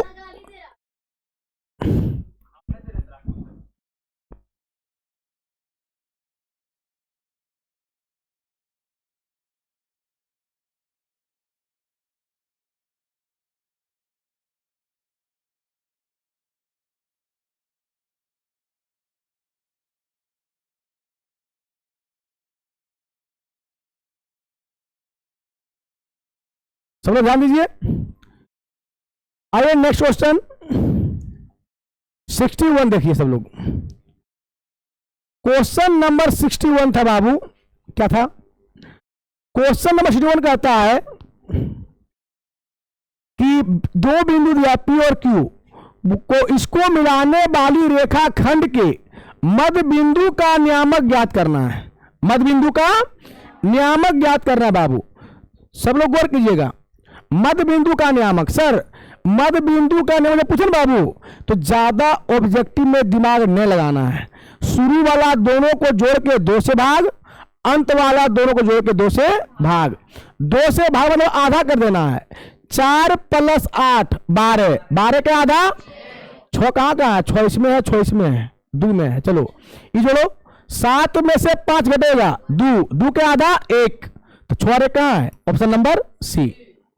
चलिए क्वेश्चन नंबर 12 देखिए, मूल बिंदु से दूरी, मूल बिंदु से इसकी दूरी। आप लोग ध्यान रखिएगा, मूल बिंदु से दूरी का फॉर्मूला होता है √x² plus y²। Option number B, option number. मूल बिंदु से दूरी का फॉर्मूला √x² प्लस y²। आइए नेक्स्ट देखिए, बोला बिंदु ए बी और सी यानी 3 को पॉइंट दिया बाबू, संरेख है, तो ए का मान निकालिए। बताइए ऑब्जेक्टिव में कितना टाइम मरेगा इसको, है ना। लेकिन चलिए निकालते हैं, तुम देखिए ध्यान से, इसको सब्जेक्टिव में आया तो बनाइएगा। 3 बिंदुएं दिया, देखिए आपको सब्जेक्टिव के हिसाब से बता देते हैं बाबू, उसी हिसाब से बनाइएगा आप लोग। 2 नंबर में आएगा तब। ध्यान से देखिए, सबसे पहले लिखना है सॉल्यूशन, जानते हो आप लोग बनाने इसको। एक त्रिभुज बनाना है बाबू। एक में क्या दिया? ए को ए बोल दो, 1,2, दूसरे को बी बोल दो -5,6, तीसरे को सी बोल दो a, -2, है ना। अब बोला बिंदुएं संरेखी है। क्या बोला बाबू? बिंदुएं संरेखी है, बिंदुएं संरेखी है।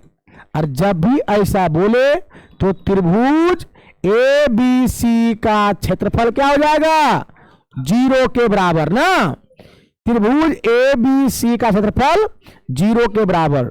और इसका फॉर्मूला तो आप लोग जानते हैं, क्या होता है? हाफ मोड x1, ध्यान से, x1 x2 x3 y1 y2 y3, half mode x1 का मान 1, y2 माइनस y3 यानी 6 minus -2 minus minus +2 plus x2 का मान, चलो y3 minus y1 y3 minus y1 -2 plus x3 का मान a, y1 minus y2 y1 minus y2 6 है ना बाबू, बराबर 0। बस सॉल्व करो, आंसर आएगा। ये सब 2 नंबर बनाना है, 1 नंबर बनाने का काम है। 1/2 छोड़ दू 8, 8 गुना 1 8, -2 और -2 माइनस माइनस प्लस, 4 पंचे 20 बाबू। ए 2 में से 6 घटेगा, -4 गुना a -4a बराबर बाबू 0। ध्यान देना बाबू रे, 20 और 8 28 -4a, ये बट्टा वाला 2 गुना 0 0 हो जाएगा। यहां पे देखिए, यहां बनाते हैं आगे बाबू, 28 -4a उधर ले जाइए, 28 गुना वाला 4, a का मान 4 सते 28 7 है कहीं। अब बताओ, एक नंबर में इतना बड़ा बनाओगे कितना टाइम मरेगा? ये सब क्वेश्चन ऑब्जेक्टिव मिले छोड़ने का, सब्जेक्टिव में बनाने का। कितना बनाने का बाबू? सब्जेक्टिव बनाने का। नहीं, अंदाजा नहीं मारना है, क्योंकि जब 50 तुम लोग का नहीं पूरेगा ना, तब अंदाजा सोचेगा बाबू। पहले 100 में 50 तो इजी बन जाएगा। अब हल्का हल्का जो मिलेगा वो पहले मारना है, इत्मीनान से। आइए नेक्स्ट, क्वेश्चन नंबर 64। क्या बोला? रेखा y बराबर 7 का आलेख किस बिंदु से होकर गुजरेगी? y का मान क्या बाबू? खोजो, किसमें y का मान 7 है? इसमें 7 है ना? ये सब में y का मान 7 है? नहीं है, तो इतना नहीं होगा। उसमें y का मान जिसमें 7 होगा बाबू, वही आंसर। आइए नेक्स्ट, क्वेश्चन नंबर 65 बोला, y अक्ष से बिंदु 4 6 की दूरी क्या होगा? जब y अक्ष से दूरी बोलेगा तो x वाला आंसर, y अक्ष से दूरी पूछेगा बाबू, क्या मारेंगे? x वाला आंसर। तो y अक्ष से दूरी पूछा, क्या होगा आंसर? x वाला। x का मान क्या बाबू? 4। अगर x अक्ष से पूछता तब y वाला आंसर। ओके, चलिए नेक्स्ट क्वेश्चन है, a और b को मिलाने वाली रेखाखंड AB लैम्डा अनुपात 1 के अनुपात में विभाजित करती है, तो y निर्देशांक ज्ञात करें। कौन सा बाबू? y निर्देशांक। तो y निर्देशांक का फॉर्मूला होता है, क्या होता है? my2 प्लस ny1 बट्टे m प्लस n। m बाबू, ये हुआ आपका m और ये हुआ आपका बाबू n।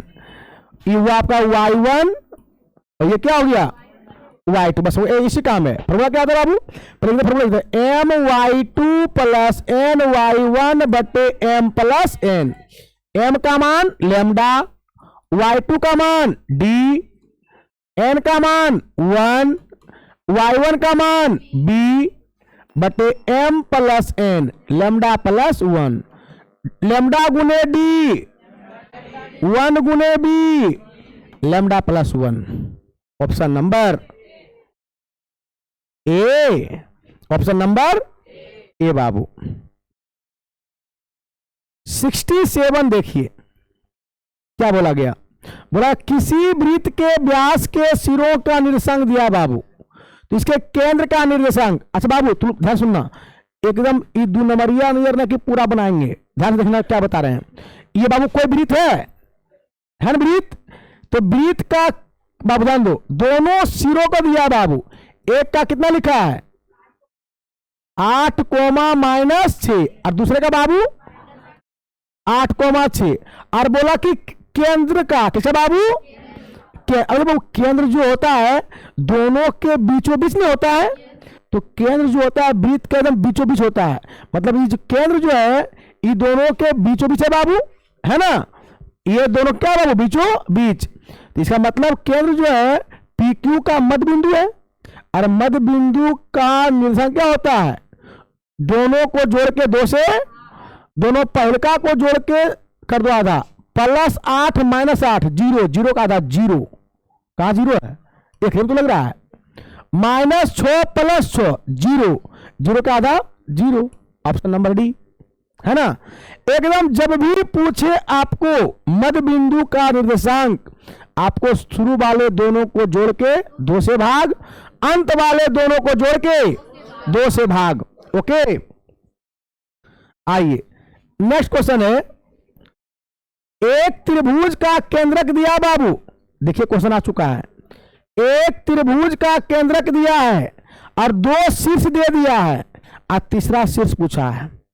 एकदम ध्यान से देखिए, सब लोग गौर कीजिए, ए बी सी मान लेते हैं, ए का कितना दिया बाबू 3,4, बी का बाबू 5,-6, तीसरा शीर्ष पूछा है, नहीं पता है, मान लेते हैं x और कौन सी बाबू x, y मान लेते हैं, मान लिए। इसका केंद्र का कितना दिया, केंद्र का बाबू, केंद्र का बाबू 4,0 है ना। तो चलिए, तो केंद्र बिंदु का नियामक का फॉर्मूला होता है बाबू x1 + x2 + x3/3, x1 का मान, x2 का मान, x3 का मान x/3, कोमा y1 + y2 -6 आप + y3/3।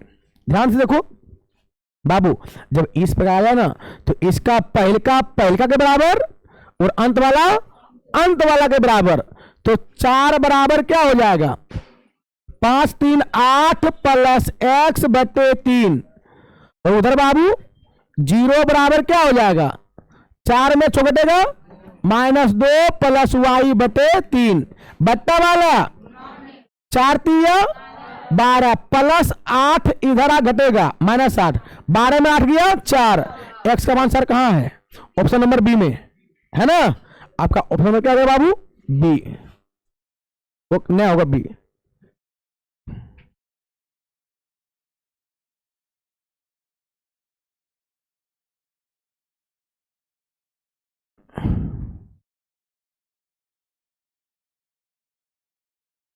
हाँ, ऑप्शन नंबर बी ही होगा, इसमें ऑप्शन गलती दिया हुआ है, ऑप्शन नंबर क्या होगा बाबू बी, क्योंकि ईश्वर को सॉरी बिल्कुल सही है, नहीं सही है, बिल्कुल सही है, 3 चौका 12 +8 इधर आएगा -8, 12 में 8 घटेगा 4 आ गया, ये बट्टा वाला 0 गुना कुछ भी 0 गया, -2 इधर आएगा +2, आपका आंसर 4,2, ऑप्शन नंबर बी। चलिए नेक्स्ट क्वेश्चन नंबर 69 देखिए, बोला किस पाद में है, किस पाद में है, पाद बोले या चतुर्थांश बोले, पहला निगेटिव किसमें होता है बाबू, द्वितीय में होता है। इस बोला कि x अक्ष पर सभी बिंदु का कोटि क्या होता है, कोटि मतलब y नियामक, कोटि मतलब y नियामक, तो x अक्ष पर y का मान क्या होता है 0 होता है। इधर आइए, क्वेश्चन क्या पूछा है, बोला त्रिभुज एबीसी और PQR समरूप है, त्रिभुज एबीसी, त्रिभुज एबीसी और क्या बोला PQR, PQR क्या बाबू समरूप है, दोनों का रूप समान है, एंगल ए 42 है, एंगल कितना है 42 है, एंगल क्यू 84 है, कितना बाबू ये 84 है, तो एंगल सी पूछा, क्या पूछा बाबू सी। अब ई 84 है, कितना होगा 84, कितना होगा बाबू ई 84 होगा, तो 84 और 42 कितना हो गया 4 2 6 8 4 12, 126। त्रिभुज के तीनों कोण का योग 180। 180 में 126 घटाओ 54 डिग्री। कितना का बाबू? 54 डिग्री। समझे सब लोग एकदम ध्यान से। त्रिभुज के तीनों कोण का योग कितना होता है? क्वेश्चन नंबर 72 देखिए, बोला एक त्रिभुज पी क्यू आर है। यहां देखिए समकोण त्रिभुज चर्चा हो रही है। पी क्यू आर में पी आर बराबर पी आर का स्क्वायर, पी आर का कर्ण का स्क्वायर बराबर पी क्यू का स्क्वायर, लंब का स्क्वायर प्लस आधार का स्क्वायर। तो एंगल क्यू कितना होगा? 90 डिग्री। कितना होगा? आपको इतना ना बनाना है। एग्जाम हॉल में जब ऐसे देखिएगा ना, आप लोग अगर पूछे कि एंगल क्यू कितना है, चाहे क्यू पूछे, तो इन दोनों में कॉमन क्या है? क्यू। क्या कॉमन है बाबू? तो जो एंगल कॉमन होता है ना, उस एंगल का मान होता है 90 डिग्री। जो एंगल कॉमन होता है उस एंगल का मान कितना होता है? 90 डिग्री। कब? जब बाबू कर्ण का स्क्वायर बराबर लंब का स्क्वायर प्लस आधार का स्क्वायर रहे, तो जो दोनों कॉमन होगा वो दोनों का एंगल, उसका एंगल क्या होगा बाबू? 90 डिग्री। नेक्स्ट ध्यान से देखिए सब लोग। एक समबाहु त्रिभुज, जैसे एक समबाहु त्रिभुज है एबीसी, एडी लंब है किस पर? बीसी पर। तो एडी स्क्वायर क्या होगा? एडी स्क्वायर बराबर क्या होगा? थोड़ा बात समझिएगा बाबू रे। एक समबाहु त्रिभुज है एबीसी, समबाहु त्रिभुज का सभी भुजा आपस में क्या होता है? बराबर। एडी लंब, ए से लंब डाला कहां? एडी किस भुजा पर? बीसी भुजा पर। रहने दो, एडी स्क्वायर निकालना है। क्या बाबू? एडी स्क्वायर लंब बाबू 90 डिग्री के सामने वाला भुजा क्या होता है? कर्ण, है ना? ये क्या था बाबू?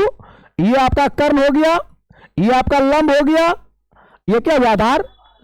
तो लंब का स्क्वायर कर्ण का स्क्वायर माइनस आधार का स्क्वायर क्या होता बाबू?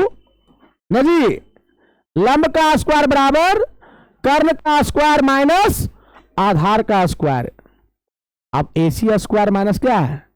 DC square. तो यहां पे क्या दिया है बाबू? 3 क्या दिया है? एसी कहीं है क्या? नहीं, डीसी है ना, डीसी। अच्छा बाबू, तो 1 2 1.5 ये आंसर होगा बाबू। 3/2 डीसी स्क्वायर। ऐसे समझो ना, ये समबाहु त्रिभुज का सभी भुजा आपस में बराबर होता है कि नहीं? होता है बराबर। तो बाबू जितना लंबा ये है उसका दुगना लंबा ये है बाबू, है ना? तो डीसी बाबू एसी का मान लिख सकते हैं। क्या चीज? एसी का मान बाबू लिख सकते हैं 2 डीसी का स्क्वायर। ना जी, ना कुछ बोलती है तुम लोग। लिख सकते बाबू। तो ये वो 2 डीसी, दो ठो डीसी का स्क्वायर में 2 ना 4/3। ये होगा आंसर बाबू, ये ना होगा, ये हो रहा है। एसी का मान होगा बाबू, एसी का मान, एसी के बदल से बाबू 2 डीसी का स्क्वायर माइनस डीसी स्क्वायर, दूना 4 डीसी का स्क्वायर माइनस डीसी का स्क्वायर। 4 में घटेगा बाबू 3 डीसी का स्क्वायर। Option number C. देखो समबाहु त्रिभुज का सभी भुजा आपस में बराबर होता ना होता है। जब ये लंब डाले बाबू तो ये आधा हो गया बाबू। तो जितना लंबा ये है इसका दुगना लंबा ये है ना, है कि नहीं? तो हम एसी का मान लिखते हैं 2 डीसी। क्या बाबू? डीसी को और दुगना करेंगे तब ये एसी का क्या होगा? बराबर होगा। वही के 2 डीसी लिखे, स्क्वायर तो स्क्वायर माइनस डीसी, 2 दूना 4 डीसी स्क्वायर 4 में बाबू घट गया 3 डीसी स्क्वायर। चलिए नेक्स्ट क्वेश्चन। क्वेश्चन नंबर 74 क्या बोला? 74 में बोला बाबू, एक त्रिभुज एबीसी में, एक त्रिभुज एबीसी में डी और ई क्रमशः, डी और ई क्रमशः एबी और एसी पर है, और डी समांतर है किसका? बीसी का। एडी का लंबाई 4 है, एडी का लंबाई 4, डीबी कितना है? 5, एसी 18 है। एसी कितना बाबू? 18। यहां से यहां तक कितना बाबू? 18 है। एसी है बाबू 18, एसी है बाबू 18। तो आपको पूछा एई का मान, किसका मान बाबू? एई का मान पूछा। एक बात बताइए, इसको एई को मान लो एक्स, क्या मान लो? ये पूरा लंबाई 18 है बाबू, 18 में यहां से यहां में एक्स मान लिए, तो ये कितना होगा? 18 माइनस एक्स होगा बाबू, है ना। और हम जानते हैं जब भी ऐसा कंडीशन आता है तो थेल्स प्रमेय कहता है एडी बट्टे डीबी इक्वल टू एई बट्टे ईसी, एई बट्टे कर दो क्रॉस मल्टीप्लाई, तिरछा तिरछी 18 चौक 4 गुना एक्स, 5 गुना एक्स 72 माइनस 4x उधर जाएगा, 5 4 4 कितना हो जाएगा? गुना वाला बट्टा में 9 8 72 हो जाएगा। एक्स का मान कितना आ गया? 8 है कहीं? 8 सेमी। क्वेश्चन नंबर 75 देखिए, बोला समद्विबाहु समकोण त्रिभुज में प्रत्येक न्यून कोण की माप कितना होता है? बाबू समद्विबाहु समकोण, समकोण में एक कोण तो 90 होगा, और जब ये समद्विबाहु है, क्या बाबू? समद्विबाहु में आधार पर का दोनों भुजा आपस में क्या होता है? बराबर। जब ये दोनों भुजा बराबर तो ये दोनों कोण बराबर बाबू, तो ये 90 हो गया, तो ये होगा 45, ये भी कितना होगा? 45। क्वेश्चन, दो समरूप, ध्यान देखिए, दो समरूप त्रिभुजों के संगत ऊंचाइयों में, ऊंचाइयां 7 और 10 सेमी है, तो उसके क्षेत्रफल क्या कर देंगे? इसका वर्ग। संगत भुजा में दे दे ऊंचाई, संगत भुजा में दे दे बाबू, संगत भुजा दे दे और क्षेत्रफल पूछे, ऊंचाई दे दे, क्षेत्रफल पूछे, क्या कर देना है? स्क्वायर। क्षेत्रफल जब भी पूछे बाबू, क्षेत्रफल में अनुपात क्या कर देना है? स्क्वायर। 7 का स्क्वायर 10 का स्क्वायर, ऑप्शन नंबर ए। क्षेत्रफल जब भी पूछेगा क्या कर देंगे? स्क्वायर।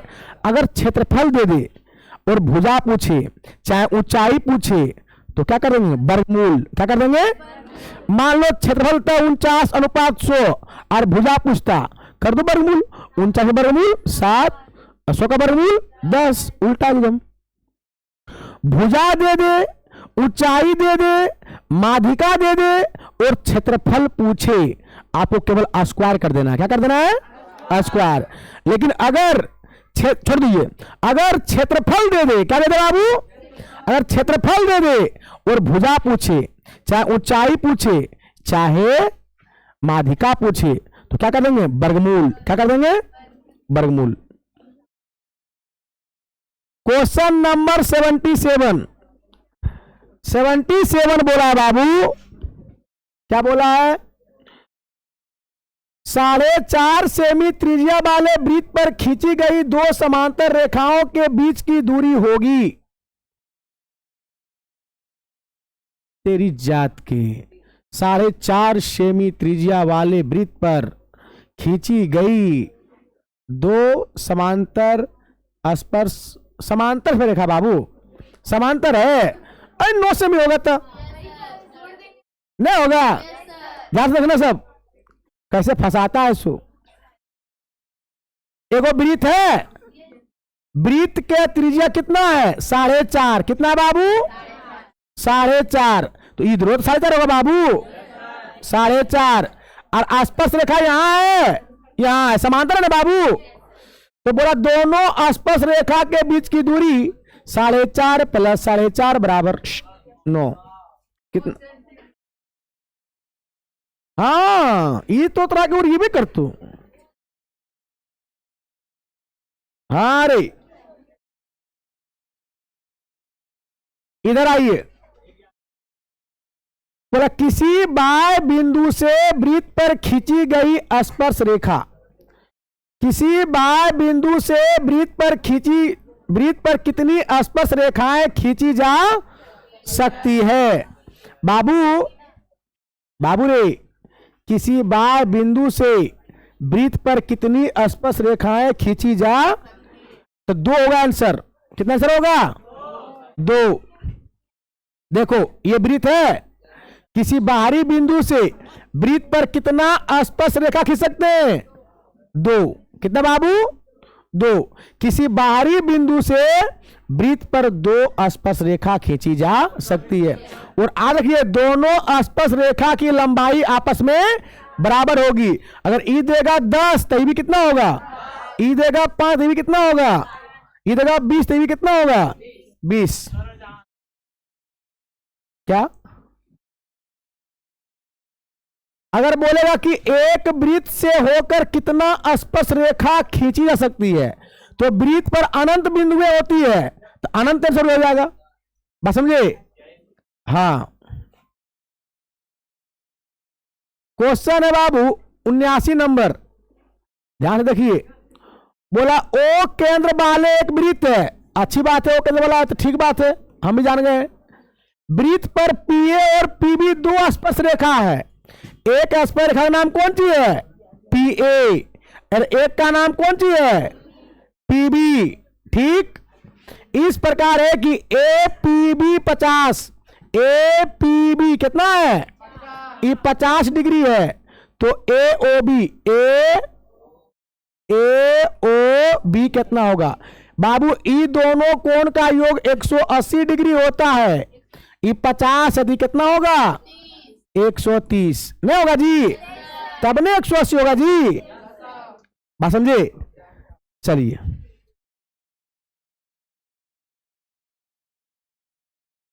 Question number 80।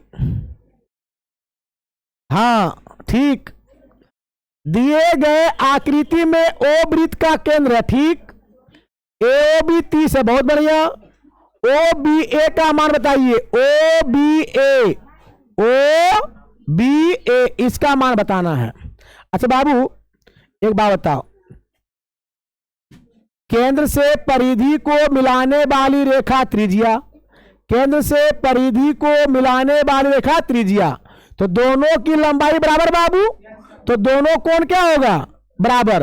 त्रिभुज का तीनों कोण का कितना होता है? 180। 180 में हो गए बाबू 30 ई, बता 150 डिग्री, तो 150 बाबू ई होगा 75, और ये भी कितना होगा? 75। ऑप्शन नंबर सी।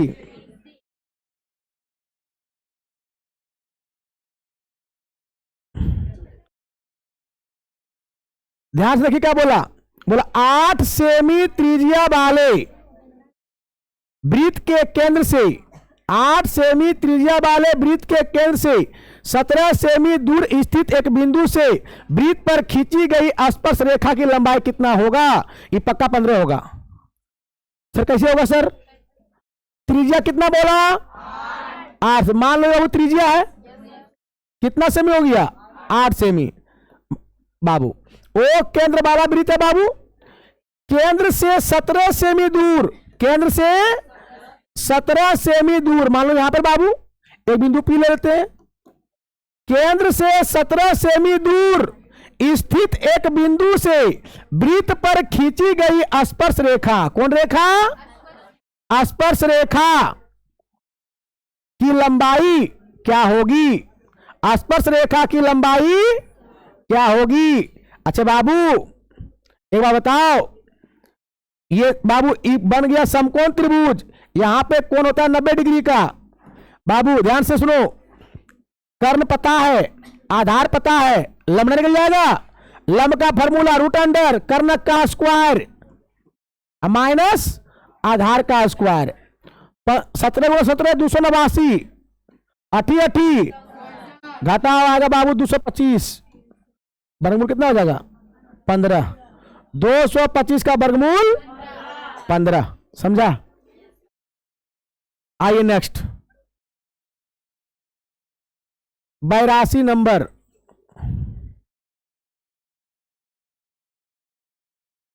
बोला एक घन के विकर्ण की लंबाई दिया है, पर घन का विकर्ण क्या होता है? √2 इंटू भुजा, √2 इंटू भुजा। कितना दिया बाबू? 5√3, √3 भुजा का मान कितना आ गया? 5। तो बोला इसका संपूर्ण पृष्ठ क्षेत्रफल, घन का संपूर्ण पृष्ठ 6 इंटू भुजा स्क्वायर, 6 इंटू भुजा का मान 5, 5 का स्क्वायर 25 छक्का। ऑप्शन नंबर बी बाबू। Question number 83। क्या बोला? एक बेलन और शंकु के त्रिज्या और ऊंचाई समान है। त्रिज्या और ऊंचाई क्या है? यानी बेलन का भी त्रिज्या r तो शंकु का भी त्रिज्या r, बेलन का भी ऊंचाई h तो शंकु का क्या है बाबू? h। कोई बात नहीं। उसके आयतन में अनुपात, तो बेलन का आयतन पाई r स्क्वायर, शंकु का आयतन अनुपात पूछा ना, पर पाई और तू पाई घर जो, r स्क्वायर घर जो, r स्क्वायर घर जो, h घर जो, h घर जो, बट्टा वाला 3:1। ऑप्शन नंबर बट्टा वाला गुना नहीं जाएगा रे, लाइन लगता है जो पास बोल देता है। ई तो जानते हो सुराही का संयोजन, सुराही का संयोजन कैसा होता है? गोला और बेलन की तरह, गोला और हाँ। Question number 85। एक घड़ी के मिनट की सुई द्वारा 45 मिनट में कितना कोण बनेगा? ध्यान से सुनो। घड़ी का मिनट का सुई 1 मिनट में 6 डिग्री का कोण बनाता है। 1 मिनट में 6 डिग्री, तो 45 मिनट पूछा, वो 45 गुना 6 कर दो, 270 डिग्री। घड़ी का मिनट का सुई 1 मिनट में कितना कोण? 6 डिग्री का कोण बनाती है। ओके, चलिए क्वेश्चन नंबर 86। 10 सेमी त्रिज्या वाले अर्धवृत्त का कुल परिमिति, अर्धवृत्त का परिमाप पाई r प्लस, दोनों में क्या कॉमन है? r, pi plus 2। r का मान कितना है? बैठा दो 10, पाई प्लस 2 आंसर क्या है रे? Option number pi plus 2 into 10 है ना। नेक्स्ट, फॉर्मूला भूलोगे मैथ में झूलोगे। 6 सेमी व्यास के एक गोले द्वारा विस्थापित हवा का आयतन, मतलब 6 सेमी व्यास वाला गोला में कितना हवा अटता है, सो बताइए बाबू। तो पहले गोला का आयतन निकालो बाबू। व्यास 6 है बाबू, त्रिज्या कितना होगा? 3, r का मान कितना होगा? तो निकालो गोला का आयतन। गोला का आयतन 4/3 पाई r क्यू, 4/3 पाई r, तो 4/3 पाई रहने दो, पाई नहीं लगाना क्योंकि पाई सब में है, पाई है ना। हाँ, r का मान 3 का क्यू 27 ना, 3 नमा 9 चौक 36 पाई है कहीं आंसर? 36 पाई, 36। 88 नंबर। बोला पी त्रिज्या वाले वृत्त में कोण थीटा डिग्री के त्रिज्यखंड क्षेत्रफल, त्रिज्यखंड का क्षेत्रफल होता है बाबू θ/360 डिग्री गुने पाई r स्क्वायर। त्रिज्यखंड का क्षेत्रफल θ/360 डिग्री गुने पाई r।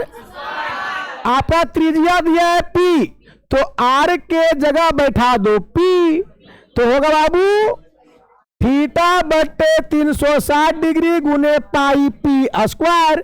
कहां पे चेक करो, option number A, pi p square theta, pi p square θ/360 degree.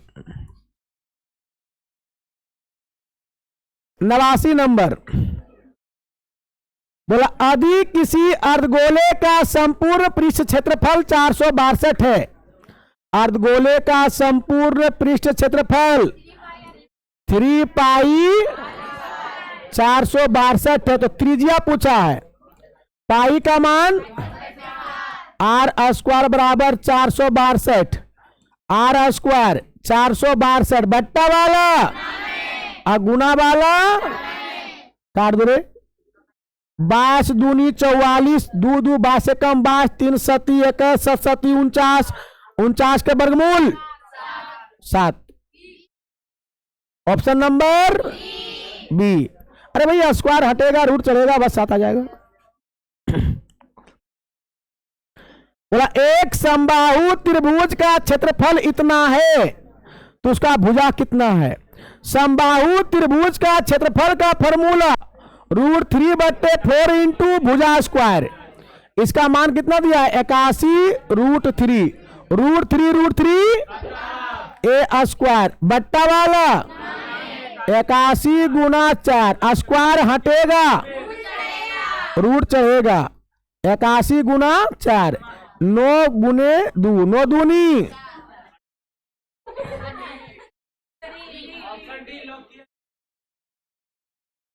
कितने अरे ये है 9 दूनी 18 है। चलो तब हम इसमें खोज रहे थे, कहां से मिलेगा। 91 नंबर।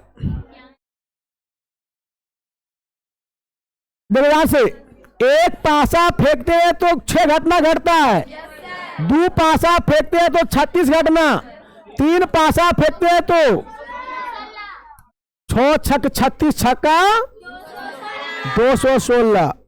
यदि कोई घटना घटवे नहीं करेगा तो उसकी प्रायिकता क्या हो जाएगी 0।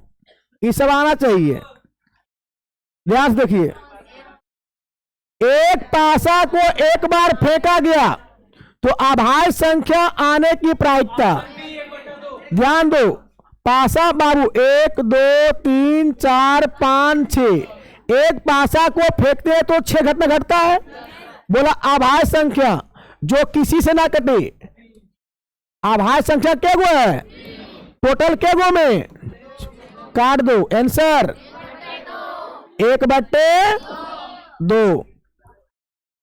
अच्छी तरह से फेंटी गई ताश की गड्डी में से एक पत्ता निकाला गया है तो काला रंग की रानी, काला रंग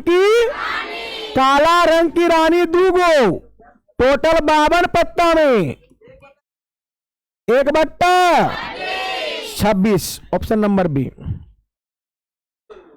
क्वेश्चन नंबर ध्यान दो 95। 2 सिक्कों की उछाल में एक भी शीर्ष नहीं आने की प्रायिकता। जब 2 सिक्का को उछालेंगे बाबू तो 4 घटना, head head, head tail, tail head, tail tail. Okay अब सुनो ध्यान से। बोला एक भी शीर्ष नहीं आना चाहिए, मतलब एक भी हेड आना नहीं चाहिए। तो इसमें तो हेड है, इसमें भी हेड है, इसमें भी हेड है, इसमें हेड नहीं है, तो एक जगह हेड नहीं है, टोटल क्या जगह में। आपका आंसर 1/4। बोला बहुलक बता, बहुलक जिसकी बारंबारता सबसे अधिक हो। तो सबसे ज्यादा लगता है 23 लिखल है ना, सबसे ज्यादा बार इसमें 23 लिखल है ना बाबू, तो इसका बल होगा 23।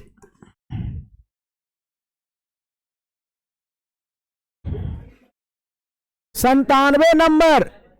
बोला x, x+1, x+2, x+3, x+4 का माध्य 14 है तो x का मान माध्य बराबर फॉर्मूला सभी प्रेक्षणों का योग 1 2 3 4 5 x, 1 और 2 3 3 6 और 4 10, सभी प्रेक्षणों का योग बट्टे प्रेक्षणों की संख्या 1 2 3 4 5।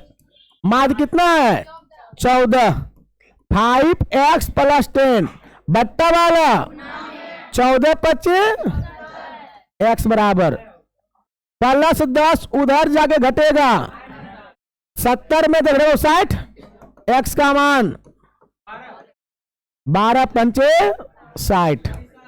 ऑप्शन नंबर सी। क्वेश्चन है निम्नलिखित में कौन केंद्रीय प्रवृत्ति का माप नहीं है? तो माद, माध्यिका और बहुलक तो है बाबू, प्रेशर न है।